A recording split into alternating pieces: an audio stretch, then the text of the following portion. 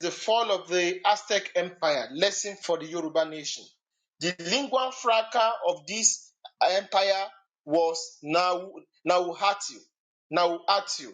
That was the language spoken in Central America. I'm talking about 800, 900 years ago. This was their language. There was nothing called Spanish language. There was nothing like that. This was their indigenous language spoken by these people. And they also had a currency, so don't laugh.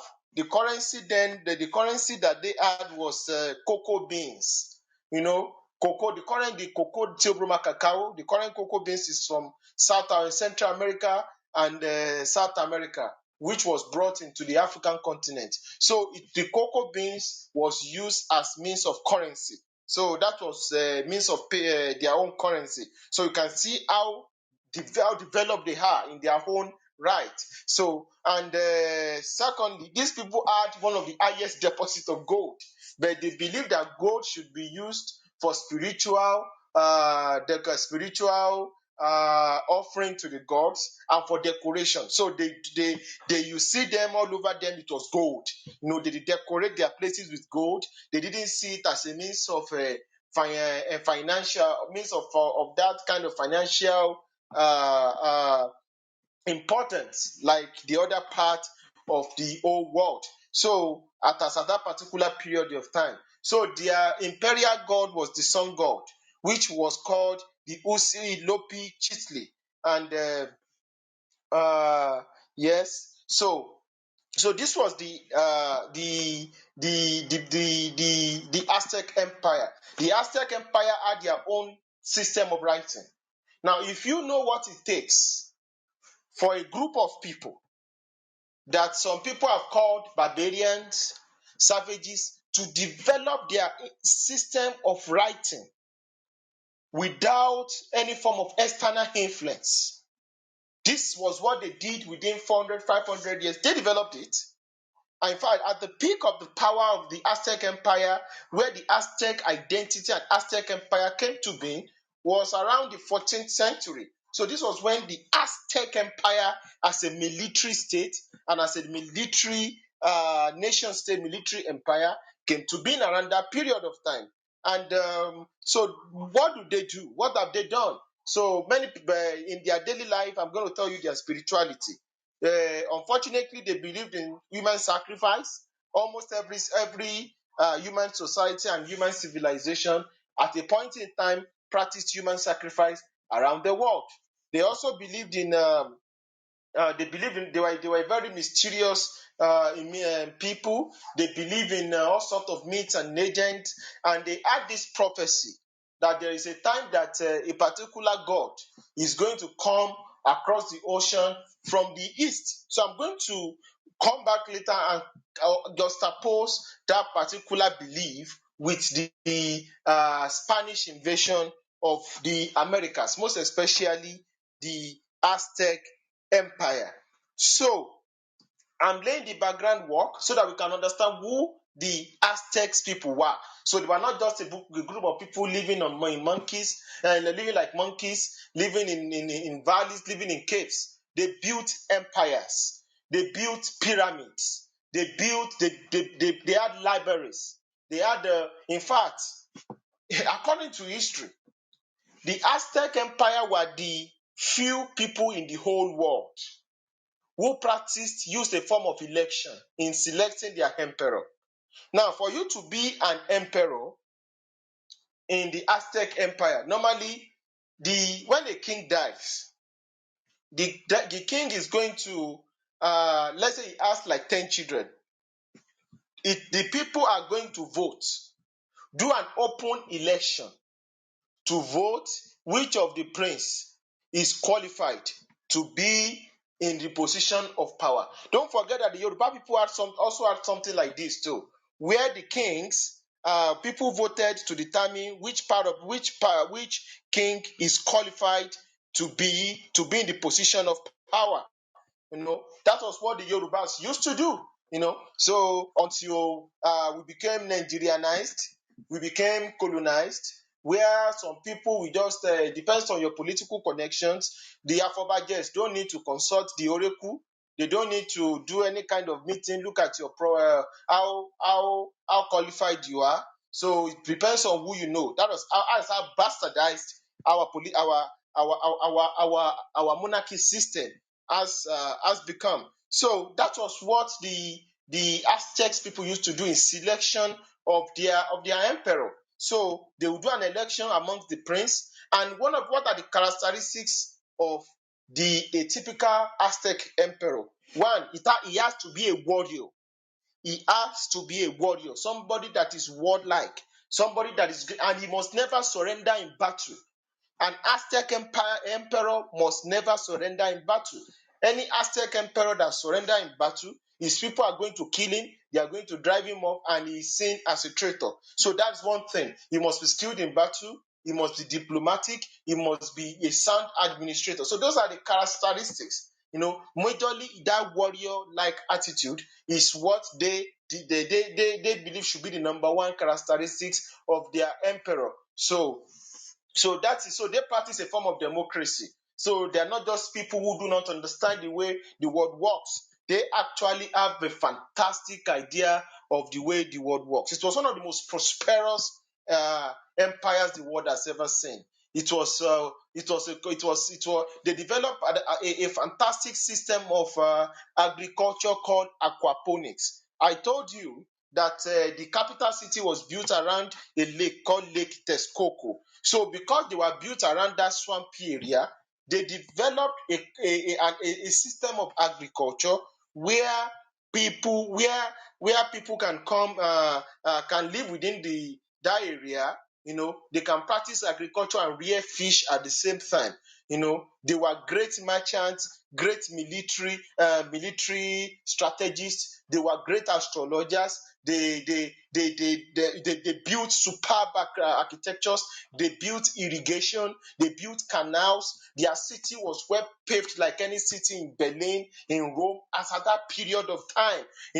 The architecture was out of this world, and they were like, where did these people get this wisdom? So this was actually the level at which the advancement of the Aztecs people. So what am I trying to say in summary? They were a people that were not inferior to any civilization in the world. This was the Aztecs. This was who the Aztecs were. So at this junction, this is the first. This is the prelude. Then secondly, I'm going to allow our flute singer to play the flute. So for maybe a few minutes, then I'll continue the second chapter, the second part of this discourse. So because I want us to be organized, I want to talk about the first part, second part, third part. Before the flute singer sings again, plays his flute, is that I used to say one thing. It's a powerful quotation that there are three trinities of civilization. There are those who build civilization, there are those who nurture civilization, and there are those who destroy civilization. As beautiful as the world is, as wonderful as the world is, a civilization that was built for 2,000, 3,000, 4,000 years can be destroyed in 1 year. I want to repeat. A civilization that was built in 1,000, 2,000, 3,000 years can be destroyed in 1 year. So look at our modern world. You see internet, travel to space, skyscrapers, 5D, 4D, 5G telecommunication, atomic weapon, all sort of human wisdom. Don't be deceived. This civilization can be wiped out in 1 year.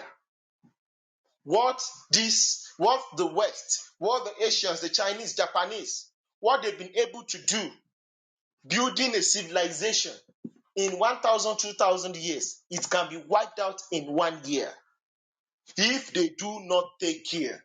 That is where the concept of self-preservation comes in. You don't need to shout and explain to them, I mean the developed world, before they understand the principle of self-preservation, before they understand the principle of self-preservation. I'm going to call on Mr. Bami to call on Mr. Peteru, the flute player, so before I start talk about the second part of this discourse. Thank you very much. Thank you very much. Mr. Peter is able to join us in a few minutes' time. So for this break, instead of having the flute, let's just enjoy this ancient Yoruba song. That was a short musical break. Are you ready to continue? Yes. So, thank you once again. So, if we want to talk about, going straight to the discourse. So, let's talk about what are the contributions of the Aztecs, like what are the relics of the Aztec people, the Aztec Empire in our present age. So many of us speak Aztec language, and we don't know that it's Aztec language. Some people even think it's English. Some people think it's French. Some people think it's Spanish. And I'm going to give you an example. Examples. One, words like chocolate. Chocolate is an Aztec. Is from the Aztec Empire. It was an invention from Mesoamerica. So chocolate is an Aztec language. So let me be using. I don't want to use those words like mexica so that it doesn't get more complicated. So chocolate was an Aztec language. Chili. When they say chili, I want to eat chili. Chili is an Aztec pepper, chili pepper is an Aztec language. Two, Chile. When you hear countries like Chile, it was also stolen from the Aztecs.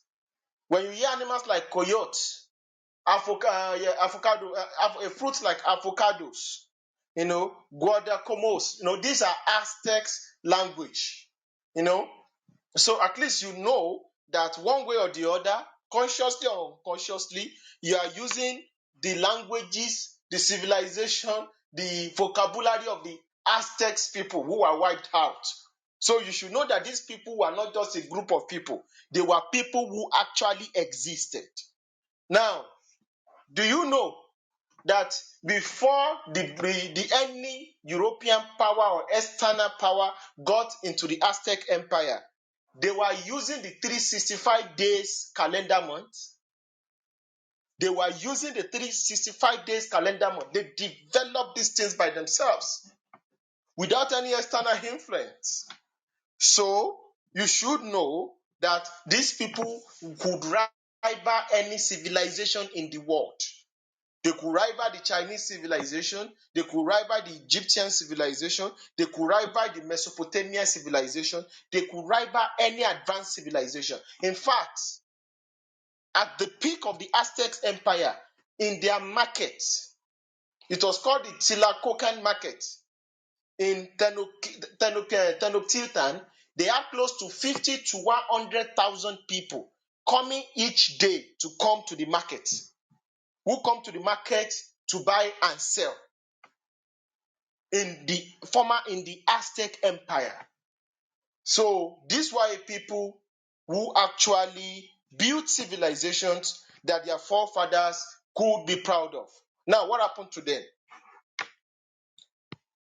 At the height, towards the 16th century, end of the 15th to 16th century, the Spanish kingdom under Queen Isabella was able to conquer present-day southern Spain, southern Portugal, and they were able to destroy and chase out the Muslims, and they created an empire called the Andalus Empire. So they destroyed those empires, and they were able to start the Inquisition.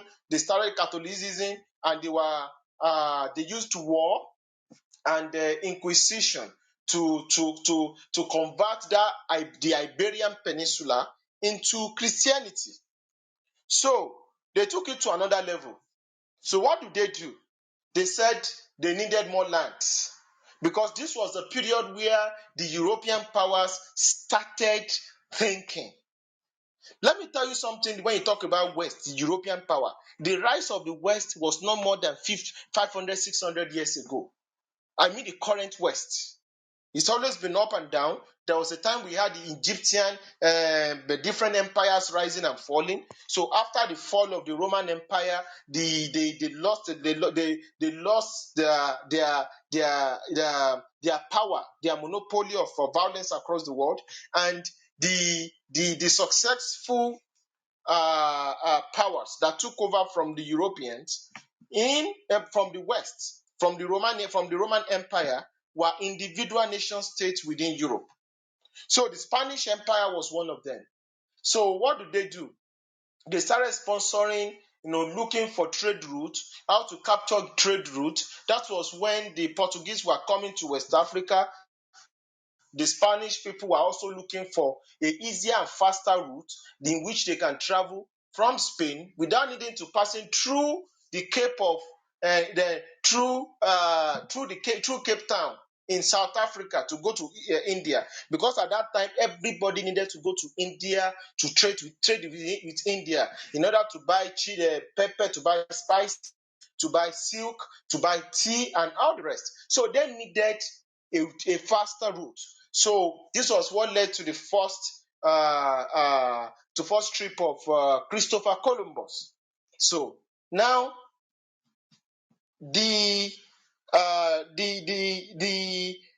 it was not Christopher Columbus that came into Mexico. It was a particular Spanish explorer. They also call him the conquistadors. So they call them the conquistadors. It was a Spanish explorer called Hernan Cortés. So let me just quickly chip in this. So the way the Fulani see Usman Danfodio, so this was what exactly Hernan Cortés did in North America, which he did in Central and Mesoamerica. So Hernan Cortés was not different from what Usman Danfodio did for the Fulanis in present day Nigeria. Now let's go back to the discourse properly. So, what was the mission of Hernan Cortés? So, Hernan Cortés was a Spanish explorer, a military statesman and a strategist, and a Catholic, staunch Catholic, who believed that non-whites should be forced to become Christians, who believed that anybody that was not of the Caucasian race was inferior.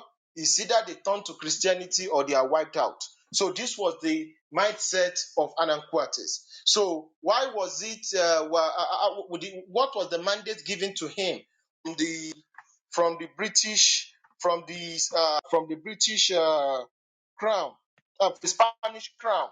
What was the mandate given to him? He was given 3 mandates. The first mandate was this: he was to look for land, look for gold, and to turn the natives into Christians. So let me break it down. Land, gold stands for mineral resources. Is it making sense? 3, the Christianization agenda. Land, I repeat, land, gold, mineral resources, and Christianization agenda. So when he landed in present day Central America, in Mexico, he landed there, he met a lot of natives. And when he was asking the natives, what resources, when they were asking the natives, they told him about there is a great empire, Aztec Empire, located in the hinterlands, where gold, everywhere is full of gold. Was like, wow, everywhere is full of gold. So they told him all these things, that he needs to go into hinterland and to actually locate these people and trade with them. So this was the mindset. So, but these were people who came with guns, came with armaments, they came with cannons, they came with priests, they came with Catholic bishops. Their mission was to take land, take mineral resources, loot it, burn it, loot the entire city, burn it to the ground, and enslave the people and turn them forcibly into Christians. So they went, so they started looking for who was going to take them into the city, take them into the empire, into the country, because it was a country then. So, and who was going to show them the situation of things. So, and during this time, Scout quickly came back to tell the emperor of the Aztec Empire. And this incident took place in the early 1500s, around 1510. So I'm talking about early 16th century.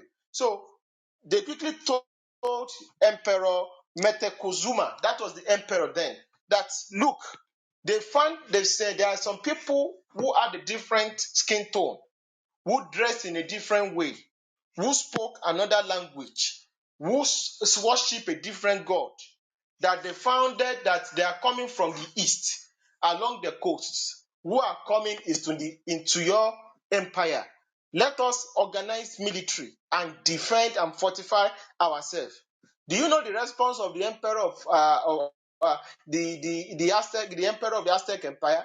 He said, well, there used to be a prophecy that they are one of their gods is coming from the east. And since with all these things they said they have big boat and they are different. They have superior weapon that sounds like the voice of the gods. So what is wrong in them visiting him, and he's going to give them visiting him just to see them? They warned him. They said, look, these people have a different mission. Fortify yourself. He said, no, let them come in, bring them in. So that was the number one mistake of the Aztec Empire, Aztec Emperor. And this was not the usual behavior of a normal emperor from Aztec. If an emperor from Aztec, you are to defend the space, defend the Aztec Empire with every form of aggressiveness. So, but unfortunately, the Emperor Metocosuma said, let them come in. So why these people were coming in? But the Spanish people had a different agenda. So they came with around 1,000 men. They said, well, 1,000 men. And from what they've heard, the population of the Aztec Empire was almost 5 to 10 million. As at that period of time, I'm talking about the 1510, 1520. So they were living in city states. City states. Because one of the characteristics of to show if people have urban or people have civilization is the ability to practice urbanization successfully. How long have you been living in urban centers? So that is why the people refer the Benin Kingdom, the Yoruba kingdoms, your empire, the Hausa kingdoms as fantastic city states, as fantastic empires that could rival any empire in the world, because they could urbanize before the advent of European colonialists. So this was what the Aztecs were able to also do 700, 600, 700, 800 years ago, before even the Spanish people knew that the earth was not flat, that the earth was round. So these people came in, and they first got to a particular town. They met another tribe. Now this is where it gets interesting. So when the Spanish people they met this tribe. They called them the Sakala. The don't mind my pronunciation. The Sakala people. Zakala people. Now, the Zakala people were people that were under the control of the Aztec Empire. So the Zakala people stood up and started fighting against the Spanish. So the Spanish people told them, look, you don't need to fight us. If you can just join us and show us the way to get into Aztec Empire, we are going to spare you, and you are going to share from the booty of war, and we are going to give you independence. Show us the way.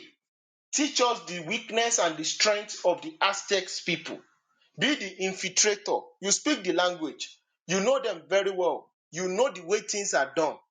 So there also the army general of the Sakala people said, I think these Aztec people said they are even taxing us too much. They are useless people. Let us join these people and get rid of these people. It's a good deal. They didn't know they were being used. So the Sakala people were the ones who who actually gave like close to thousand. I'm not.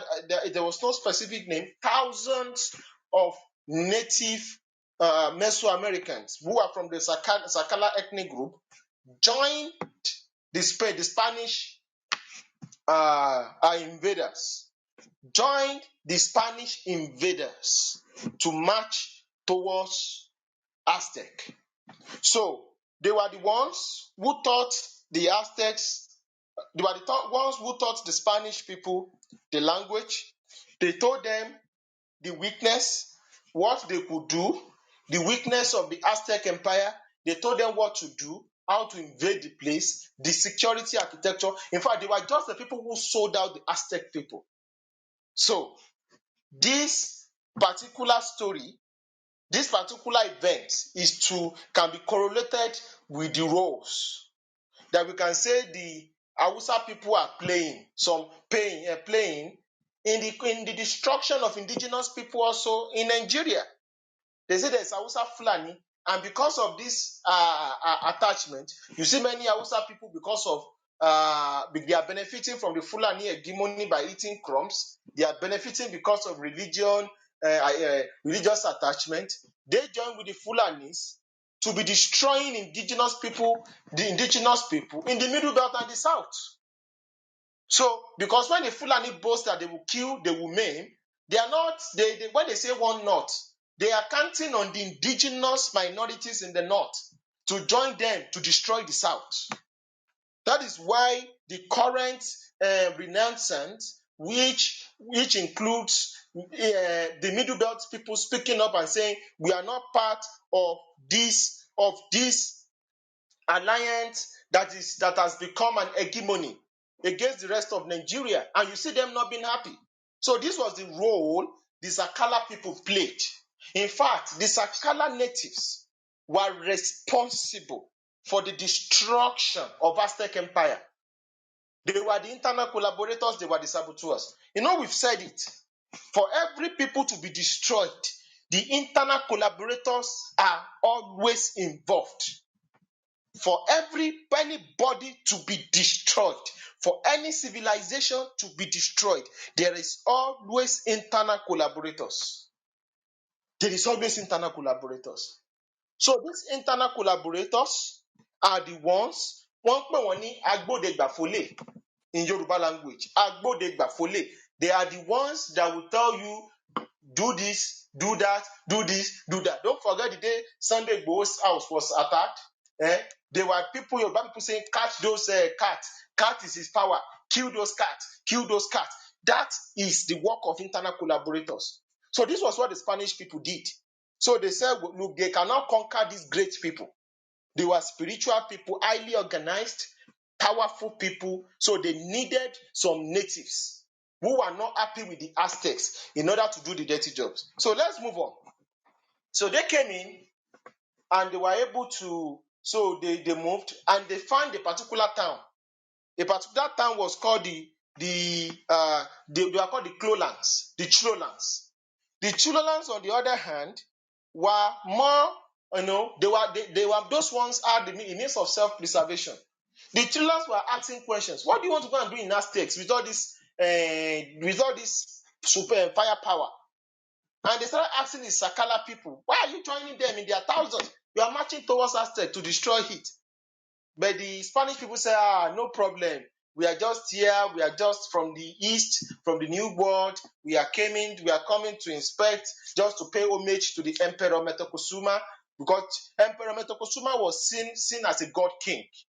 So that's the way he was seen, as the reincarnation of the God's king, because they believe that emperor also has the spirit and the inspiration, the characteristics of their god.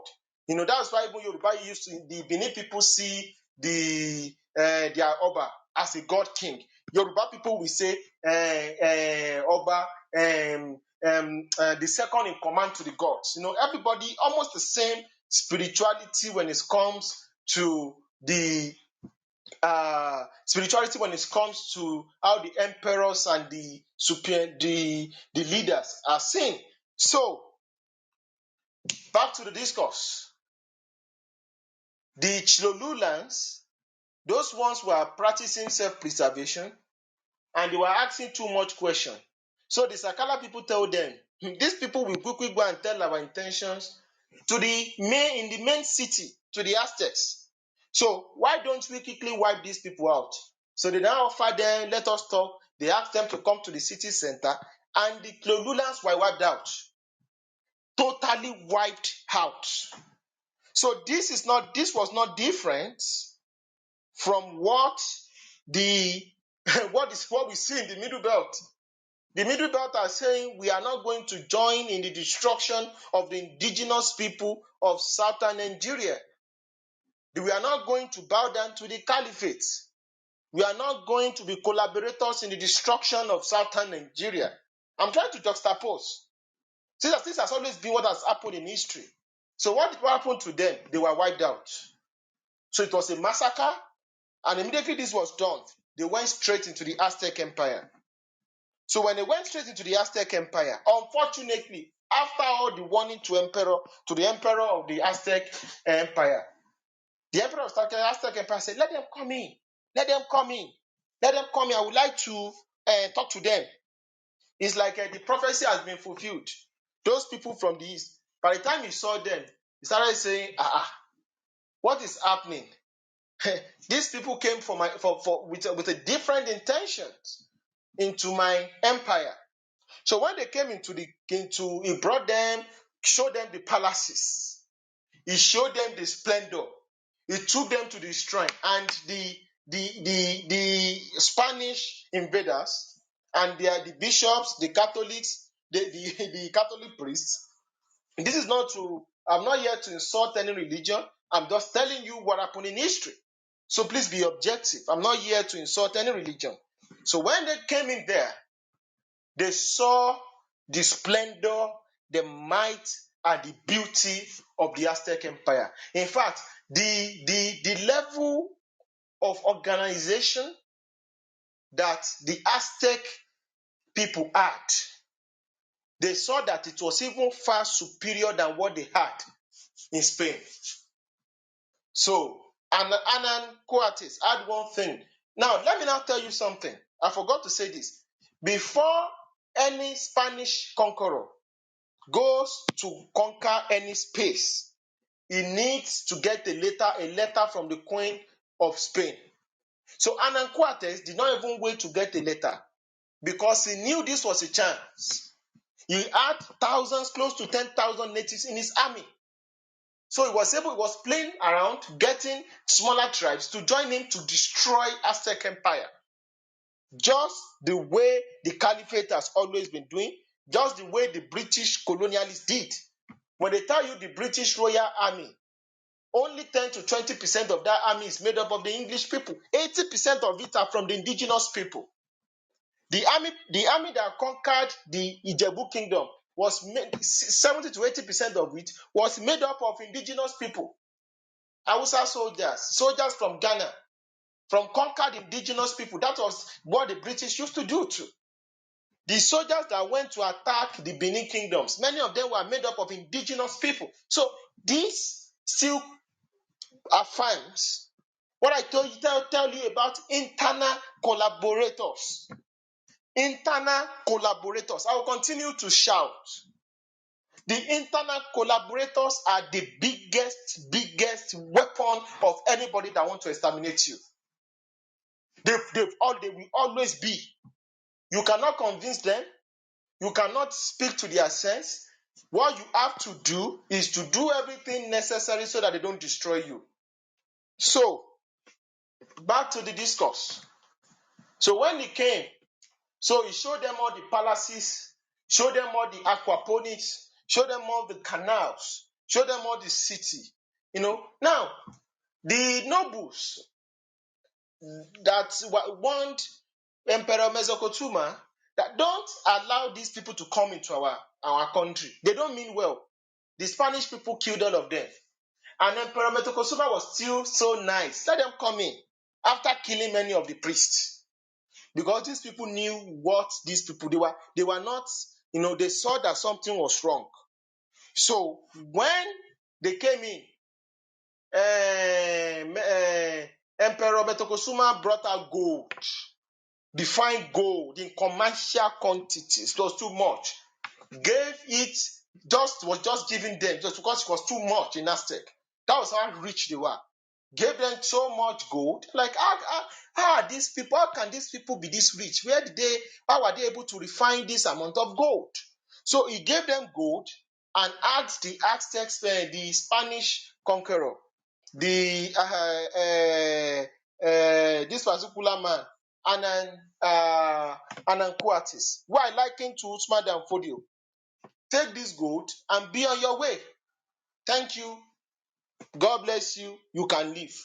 So immediately this man saw, so if this guy can give me this kind of gold that even the whole of Spain do not have, that means they have more. So what did he do? They took the king hostage, lock him up, and they think they can use the European way of keeping the king hostage, and with that, after capturing the king, they will start perpetrating impunity. I tell you, it's just a classical, just the way the Fulani operate, the British operate, the Spanish operate. That was what they wanted to do to these people. So they took the king hostage. This was when the people of Aztec knew they were in trouble. That the Emperor Metokosuma has led them into the land of no return. So while he was taking hostage in the palace, and they said if the Aztec army surrounded the palace, they said if the Aztec army invade the palace, they were going to kill Emperor Metokosuma. So what did the Spanish the Aztec Empire, Aztec army did? They installed another emperor who was more ruthless and more warlike. I've forgotten his name. They installed another emperor, and they said the Spanish can cook and eat the emperor they have in the palace. They are coming to invade. So immediately the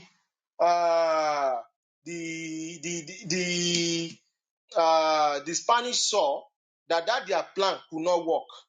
Well, they felt, well, this man has been used and dumped. They took as many gold as possible, used the king to bargain, but these people went after him. During the altercation, the king's head was cut off, was killed, and many Aztec people were killed. And the Aztec army were able to organize, killed almost half of the army of the Spanish conqueror, conquistador. That's what they call it. Whose name was Ananquates. But Ananquates was lucky to escape. So he passed through another route and escaped, went back to the city and went back to the camp and said, look at the gold. Look at the wealth of the Aztec Empire. Let us go back and loot it more. These people are stickingly rich. So they now brought reinforcement from Spain, and 1 year later, thousands of Spanish soldiers, together with the Sakana, and by this time they were still pampering the Sakana natives, and the Sakana natives were so happy that they are now the new chairman. Sorry to use that word. They are the new bride. They are the people that are going to take over the Aztec Empire. They already had this plan. It's good riddance of bad rubbish. They are going to take over the carcass. They thought it was just business as usual. So that was how they came in back. They reinforced. After 1 year later, they've already they have the geography of the whole place. They knew how to lay a siege, and they laid siege on the Aztec Empire from all sides in connivance, together with some of the indigenous native people of Mesoamerica, of Aztec Empire, who connived with the invaders. So this is the second part of the discourse. So the third part will be actually how the Aztec Empire was brought into realms. And I'm going to be mentioning 2 to 3 things that the Spanish people did in order to bring the Aztec Empire to their knees. Thank you very much. Mr. Bami, over to you. Thank you so much. We are going to take the last part before we start to take questions. But prior to that, let's have a little musical break. You can take the mic. Thank you very much. This is the last part. And I greet everybody once again in the name of Olodumare. So the topic we're having tonight is the fall of the Aztec Empire, lesson for the Yoruba nation. Now, so the Spanish army led by Anan Cortés, together with thousands of Spanish soldiers and hundreds of thousands of indigenous natives, they marched on the Aztec Empire and they surrounded it. They cut off the food supply. They did all sorts of things. But fortunately, the Aztec people had something called aquaponics. They were able to plant their food within the city. This is the kind of technology that many people are now embracing. Aquaponics. You can Google it. But this was a technology that the Aztec people invented, they perfected up to 1,000 years ago. So this is what the technology that some people are now trying, scientists are now trying to say, okay, maybe this is going to solve the problem of food insufficiency in the world. So they surrounded the city, but the Spanish people had two weapons. One, they have superior firepower. The Aztecs people were still using bows and arrows, spears, even though they were valiant. They were ready to die in battle. They were warlike. Two, the Spanish people had a secret weapon, which was the biological weapon. The conquest of the Aztec Empire was largely due to the deployment of the biological weapon. This is one of the history that many historians, especially of European descent, have tried to take out of history books. So, what was the biological weapon? It was smallpox. So the Catholic Church, bishop, priest, who were doing during the humanitarian thing, they were like, oh, sorry, this is war. There were refugees. So what did they do? Many people from Europe had already had contact with smallpox. Many of them had had chicken pox, so they survived. They have a kind of an innate immunity. They had a form of immunity against smallpox. So smallpox could not kill them. It could not decimate them. So what they did was that they brought clothes from infected people with smallpox from Europe, from Spain. When they brought it, they took it and started sharing it amidst the indigenous people around Tenochtitlan, which was the capital city on the lake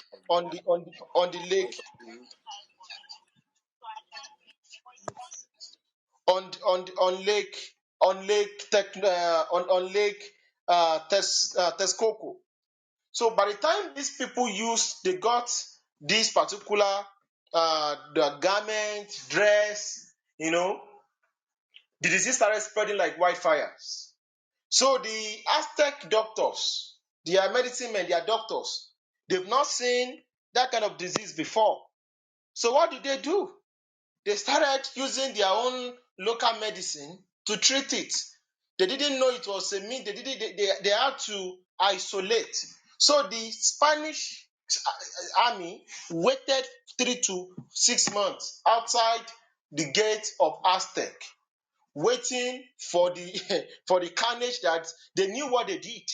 So by the time the damage was done, and they started marching towards the main metropolis of Tenochtitlan in the Aztec Empire. From villages to villages, town to town, cities to cities, they saw millions of people dead, rotting flesh. In fact, if you read the account of Catholic priests, they said they have never seen such carnage in their whole life. That it was a stench of human flesh. So they knew they could not sustain that war. So what they needed to do was to decimate and wipe out these people as fast as possible, because they felt like this gold was going to change the life of Spain, as a superpower in Europe, and it did. It did. Many of the golds that you find in many European countries are from those looted gold from those places that you see that they hide under their vault, under banks, are from gold stolen from these people. In fact, at a point in time, the golds looted from the Aztec Empire, by the time it went into the Spanish economy, it crashed the European power market. Every Dick and Harry had gold. It was that much. It was that much. That was how prosperous the Aztecs were. So they went in there, but the king but unfortunately, some Aztec army, the soldiers still survived the carnage, but they were too weak to continue to fight. So they went in there, massacred the rest of the Aztecs people. So the ones that survived, they were used for human experiments, they were tortured, and they were turned into slaves. Their women was used for sports. They were just sleeping with them. Their women was used for sports, and the remaining Aztecs were forced into slavery. And the ones that survived, 90 to 95% of them were I don't know, they died in slavery. So that was how people that survived for thousands of years, within 3 years of contact by invading Spanish forces, were no more. So what did the Spanish now? The Spanish already did something. They knew what they've done, and in order to perfect what they've done, they said all the libraries, all the temples, all the pyramids. These are people that built pyramids. All the pyramids that these people built should be burnt to the ground, and the stones removed. So, in fact, there is a church called St. Augustine Church in Mexico City. It was the place where the biggest temple, the biggest palace of the Aztec people once lived. That was where the Spanish bishops went to build their religious place of worship.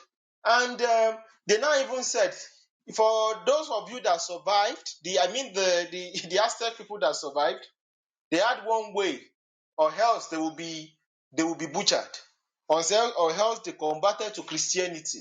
So the remaining the ones that remained, mostly the women and the children, they quickly went and some of the nobilities, they quickly went to surrender and became Christians so that they could survive.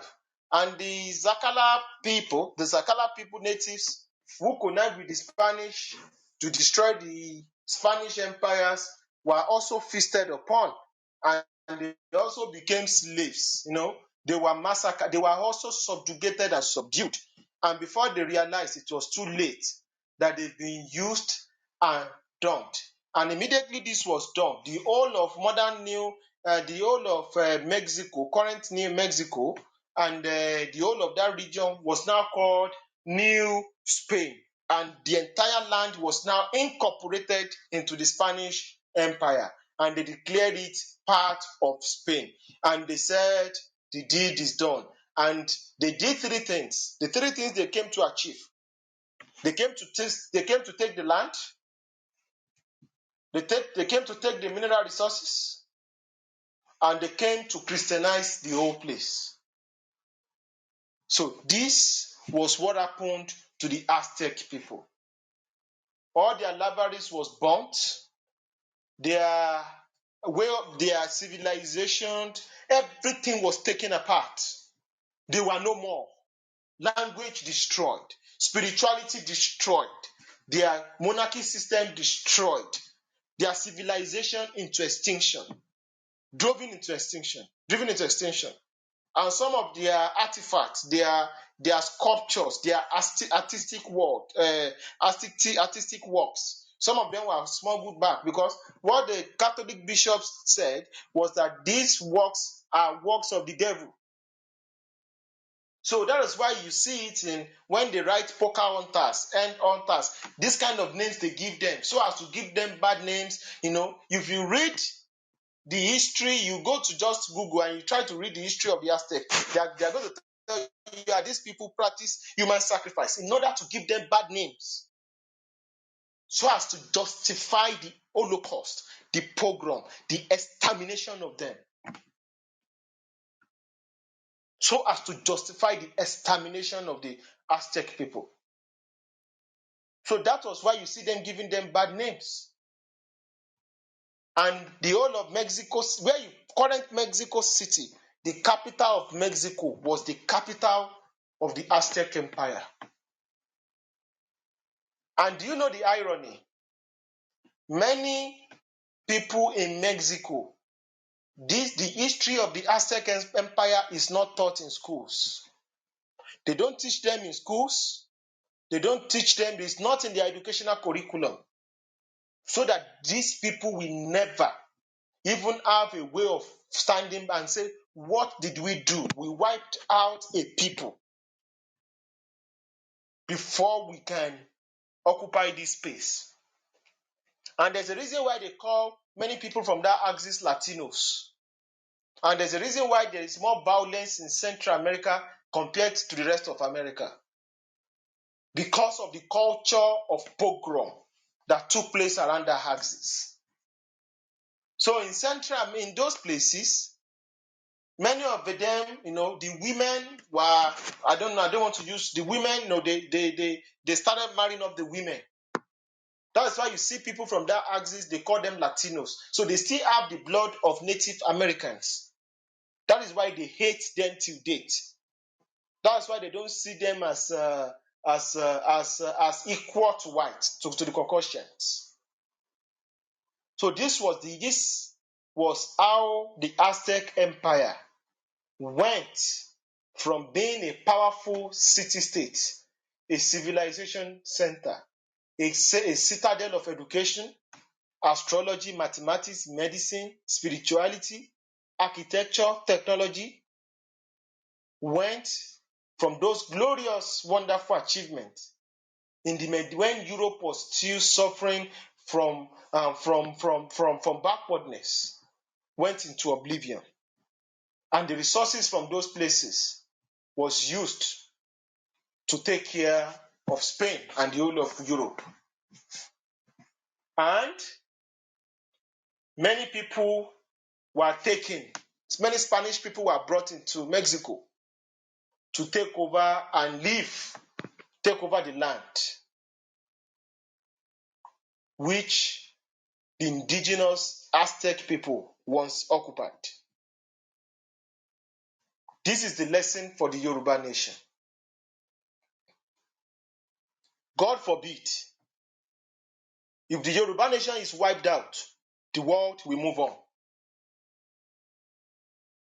If you think you can continue to support one Nigeria, you are being wiped out, because that is what we call silent cultural genocide.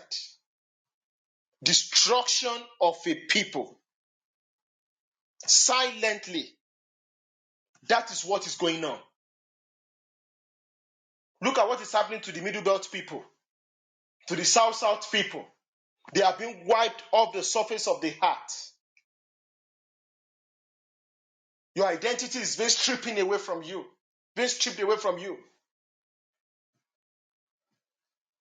You are being gradually replaced. And people from the Sahel, from Mauritania, from the desert, they are being brought into your space in the name of Artsmen, one Nigeria. They want you to forget that you are indigens. They call all of you immigrants in a place where your forefathers lived, where they built civilizations. If we don't do what we need to do and maintain our ground, we will become like the Aztecs. It's not a matter of saying, yeah, prayer. No, it's a matter of responsibility and throwing away political correctness and learning from history. We were not better than the Aztecs.